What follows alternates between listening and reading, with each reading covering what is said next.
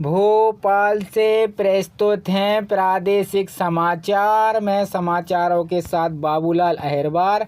अब समाचार विस्तार से। तो मध्य प्रदेश में आसमान से बरस रही आग से लोगों को कुछ राहत मिलने की उम्मीद दिखाई दे रही है।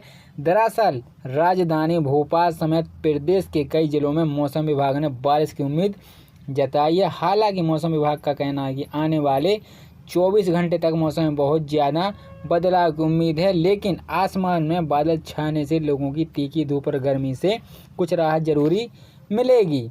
मौसम विभाग ने साउथ वेस्ट एमपी में बारिश का अलर्ट जारी किया है, जिसमें मध्य प्रदेश के कई जिलों में बीते कुछ दिनों से गर्मी से राहत है। कहीं बारिश हो रही है तो कहीं ओलावृष्टि और कहीं आंधी आ रही है। बैतूल, दक्षिण जबलपुर, भेड़ाघाट, सिवनी, छिंदवाड़ा, पांडुई, पेंच और मंडला में बिजली के साथ ओलावृष्टि और मध्य आंधी 70 किलोमीटर प्रति घंटे की गति से चलने की संभावना है। इसके साथ ही हल्की धूल भरी आंधी और बिजली की चमकने की संभावना है। शाम के समय बुरहानपुर, दक्षिण नर्मदापुरम, पचमढ़ी, रायसेन, इंदौर, धार, बड़वानी, दक्षिण खरगोन, उज्जैन, रतलाम, झाबुआ, दक्षिण नरसिंहपुर, बालाघाट, डिंडोरी जिलों में भी आधी बारिश संभावना है। साउथ ईस्ट एमपी में अभी 2 दिन तक बादल छाए रहेंगे।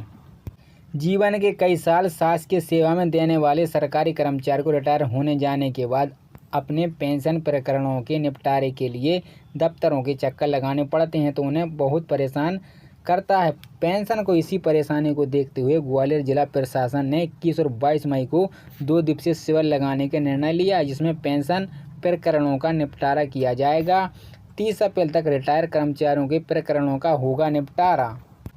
किसान कल्याण तथा कृषि विकास विभाग में संचालित विभिन्न हितग्राही मूल योजनाओं का लाभ लेने के लिए अब किसानों को एमपी किसान पोर्टल पर पंजीयन करवाना अनिवार्य होगा। वर्तमान में पोर्टल पर किसानों के पंजीयन का कार्य जारी है। पंजीयन के लिए किसान स्वयं एमपी किसान एमपी पंजीयन करा सकते हैं। उप संचालक कृषि JR हेडायू ने बताया कि किसान पोर्टल पर विभागीय योजनाओं को अंतर्गत क्लस्टर प्रदर्शन प्रमाणित के बीज, समन्वित पोषण प्रबंधन, सूक्ष्म पोषण तत्व, खरपतवार नाशक, कीटनाशक, औषधियाँ, प्राकृतिक खेती इत्यादि का लाभ देने के लिए पंजीयन कराने भी तो योजनाओं का लाभ उठा सकेंगे। उन्होंने किसान भाइयों से अनुरोध किया है कि वे पोर्टल पर अपना पंजीयन अनिवार्य रूप से कराएं। रबी वर्ष 2024-25 में समर्थन मूल्य गेहूं उपार्जन के लिए भोपाल, नर्मदापुरम, इंदौर, उज्जैन संभाग में उपार्जन की अवधि 7 मई से संभागों में 15 मई निर्धारित की है। इसके उपरांत किसानों से समर्थन मूल्य पर गेहूं उपार्जन की अवधि 20 मई 2024 तक बढ़ा दी गई है। लोकसभा चुनाव के 5वें चरण में उत्तर प्रदेश की अमेठी और रायबरेली की सीट पर भी 20 मई को मतदान होगा। मतदान का शोर कल 18 मई की शाम 6 बजे तक जाएगा। इसलिए आज कांग्रेस और समाजवादी पार्टी ने अमेठी और रायबरेली में संयुक्त सभाएं की हैं। रायबरेली की सभा में सोनिया गांधी की पहुंची और जब वे भाषण देने खड़ी हुई तो भावुक हो गए। बोले, मैं आज आपको अपना बेटा सौंप रही हूं, राहुल आपको निराश नहीं करेंगे। सोनिया बोली, रायबरेली मेरा परिवार है, वैसे अमेठी भी मेरा घर है। सोनिया गांधी ने कहा कि रायबरेली से मेरे परिवारजनों को मुझे खुशी है कि आज काफ़ी समय के बाद आपके बीच आने का मौका मिला है। मैं हृदय से आपकी आभारी हूं। आपके सामने मेरा सिर श्रद्धा से झुका है। 20 साल तक एक सांसद के रूप में आपने मुझे सेवा करने का मौका दिया है। ये मेरे जीवन की सबसे बड़ी पूंजी है। रायबरेली मेरा परिवार है, वैसे अमेठी भी मेरा घर है। यहाँ से न केवल मेरे जीवन में कोमल यादें जुड़ी हैं, बल्कि पिछले 100 साल की हमारे परिवार की जड़ इस मिट्टी से जुड़ी हुई है। गंगा माँ की तरह पवित्र है। यह रिश्ता अवध और रायबरेली के किसान आंदोलन के साथ शुरू हुआ, जो आज तक है कायम है। भावुक होकर बोली सोनिया गांधी, आज मैं आपको अपना बेटा सौंप रही हूँ।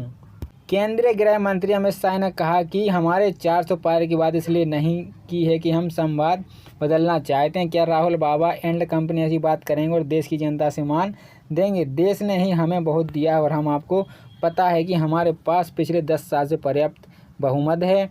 NAI के साथ साक्षात्कार उन्होंने कहा कि हमें 400 सीट इसलिए चाहिए क्योंकि देश के राजनीतिक में स्थिरता लाना है। अमित शाह ने बताया क्योंकि चाहिए 400 सीट। अमित शाह ने कहा कि हमें 400 सीट इसलिए चाहिए क्योंकि भारत की सीमाओं को 4 चौकबंदी सुरक्षित रखना है, देश को दुनिया में तीसरे नंबर का अर्थतंत्र बनाना है। उन्होंने कहा कि हमें 10 वर्ष में अपनी सीटों का उपयोग कैसे किया है। हमने अनुच्छेद 370 को निरस्त किया है, 3 तलाक खत्म किया है, राम मंदिर बना, कॉमन सिविल कोड को लेकर आए। हमारे पास भले 400 सीट नहीं थी लेकिन पर्याप्त बहुमत था, लेकिन बहुमत के दुरुपयोग करने का इतिहास हमारी पार्टी का नहीं है। बहुमत का दुरुपयोग इंदिरा गांधी के समय कांग्रेस ने किया था और राहुल बाबा को कोई भी इतनी गंभीरता से भी नहीं लेता है। मध्य प्रदेश के देवास जिले की पुलिस ने बड़ी कार्रवाई की है। लूट की घटना का खुलासा करते हुए अंजाम देने वाले 6 आरोपियों को गिरफ्तार कर सलाखों के पीछे भेज दिया है। दरअसल आरोपियों द्वारा सहकारी समिति के प्रबंधक को डंडे से मारकर 17 लाख रुपए की लूट की घटना को अंजाम दिया है। 17 लाख रुपए से ज़्यादा की लूट।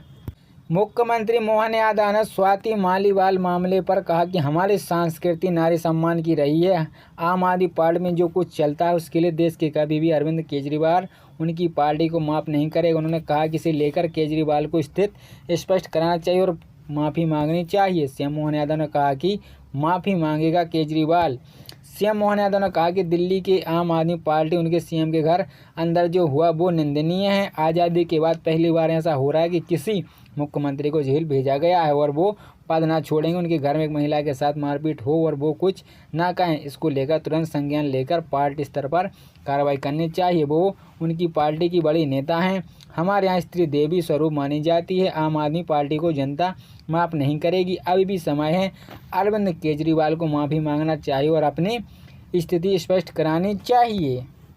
पूर्व मुख्यमंत्री कमलनाथ ने कहा कि जनता अब बीजेपी की असलियत अच्छे से समझ गई। उन्होंने कहा कि अब 4 चरणों में मतदान से जाहिर है कि लोगों को कांग्रेस को समर्थन दिया और आने वाले 3 चरणों को मतदान में स्थिति स्पष्ट हो जाएगी। जनता बीजेपी की सच्चाई जान चुकी है। कमलनाथ ने एक्स पर लिखा है कि इस लोकसभा में भाजपा का ढोल भी पोल खुल गया है। भारतीय जनता पार्टी शुरू से ही चुनाव को सांप्रदायिक रंग देने और जनता को बुनियादी मुद्दों से भटकाने का प्रयास कर रही है, लेकिन जनता शिक्षा, रोजगार, महंगाई और विकास जैसे बुनियादी मुद्दों पर टिकी हुई है। यह चुनाव देश की जनता की जागृति की अद्भुत मिसाल है। अब भारत के 140 करोड़ लोगों को अच्छी तरह से समझ आ गया है कि देश के विकास का मतलब जन जन का विकास होता है और यह विकास कब तक नहीं हो सकता जब तक कि नौजवान को रोजगार, किसानों को फसल का उचित मूल्य और महिलाओं को आर्थिक सहायता, व्यापारी को व्यापार करने का अनुकूल माहौल और समाज के लिए वंचित वर्ग को बराबरी का हिस्सा नहीं मिलता है। स्वाति मालीवाल विवाद को लेकर आम आदमी पार्टी की वरिष्ठ नेता अतिशी प्रेस कॉन्फ्रेंस की इस दौरान उन्होंने स्वाति मालवीय से संबंधित आम आदमी पार्टी की तरफ से जारी वीडियो को लेकर बात रखी, जिसमें उन्होंने कहा कि स्वाति मालवीय द्वारा लगाए गए आरोप बिल्कुल निराधार झूठे हैं। इसके अलावा उन्होंने कहा कि यह पूरा मामला भारतीय जनता पार्टी द्वारा सोचा गया षड्यंत्र था, जिसमें स्वाति मालवीय को इस षड्यंत्र का चेहरा बनाया गया। इस मामले के जरिए सीएम अरविंद केजरीवाल को फंसाने का इरादा था। इसीलिए 13 मई को सुबह जबरदस्ती सीएम आवास में मुख्यमंत्री से मिलने की कोशिश की जा रही थी। स्वाति मालीवाल पर लगाए आरोप। स्कूल छात्रों के लिए राहत भरी खबर है। राजस्थान के जयपुर में भीषण गर्मी के चलते स्कूलों को छुट्टियां समय से पहले घोषित कर दी गई हैं। जयपुर कलेक्टर की अनुशंसा के आधार पर मुख्य जिला शिक्षा अधिकारी ने निर्धारित तिथि से 2 दिन तक शुक्रवार 17 मई से ग्रीष्मकालीन अवकाश की घोषणा की गई है। भोपाल के शाहपुर इलाके में रहने वाले एक युवती की हिमाचल प्रदेश के मनाली में हत्या हो गई। हत्या के इस सनसनीखेज मामले में पुलिस ने आरोपी को गिरफ्तार कर लिया है। आरोपी युवक मौत के घाट उतारने के लिए ठिकाने लगाए गए सूटकेस में भरकर होटल से बाहर ले जा रहा था।